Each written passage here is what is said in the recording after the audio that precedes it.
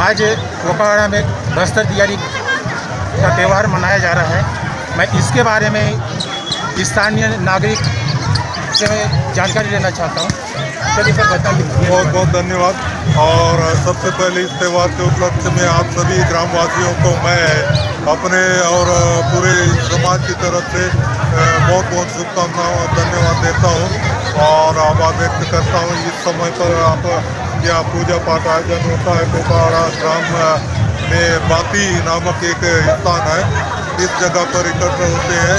कोकावाड़ा, कोटरीपाल और गार्डन राज से यहाँ पर बाजे गाजे के साथ यहाँ पर एकत्रित होते हैं। इसके पीछे जो लगा है कि नए अनाज जो है चावल, कोदो, कुट्टू और मंडिया आदि चीज़ों को हम लोग उसमें किसान के रूप में और उसको पहले तो देवी देवता में प्रसाद चढ़ा के उनको फिर अंकुरित करके उनको एक किसान करके जो है दाना बनाया जाता है, जिसको आज लोग जो है दियारी भी कहते हैं और हमारी लोकल भाषा में जो है इसको लंदेल भी कहा जाता है।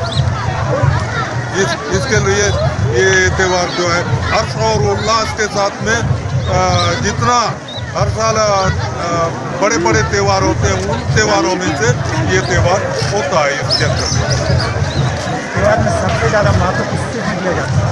इस त्यौहार में महत्व इसलिए दिया जाता है, ये जो है इस त्यौहार में के बाद जो है या जिस गांव में वार्षिक मेला, मड़ई या अन्य देवी देवताओं का पूजा पाठ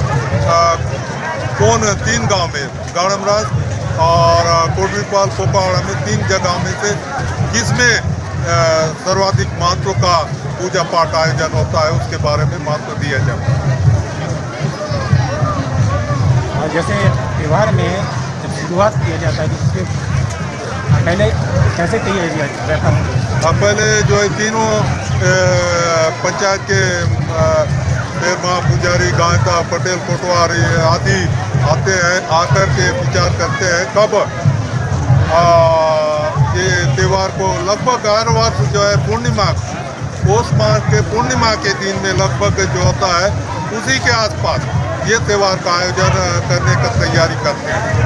ये जो है ये पहले ये आज जैसे मान लीजिए इतवार है, आज मान लीजिए इतवार है, अगले इतवार को अपन अन्नकूट